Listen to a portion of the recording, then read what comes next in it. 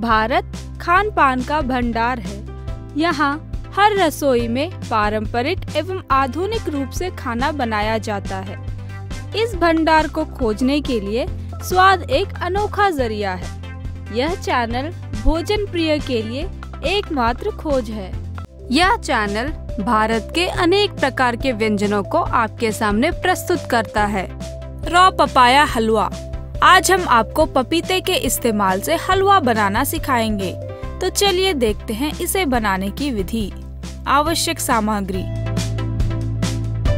बनाने की विधि। एक कढ़ाई में घी गरम करें और उसमें काजू, कस किया पपीता डाल के भून लें।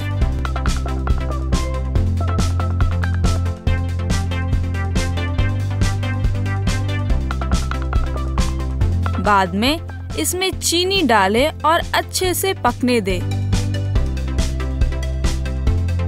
जब मिश्रण गाढ़ा हो जाए तो इसे एक बर्तन में निकालें और सर्व करें।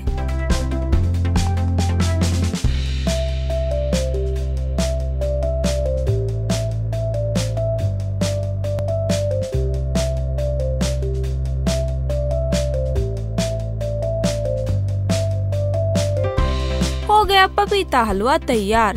तो मीठा पसंद करने वालों को यह रेसिपी जरूर ट्राई करना चाहिए।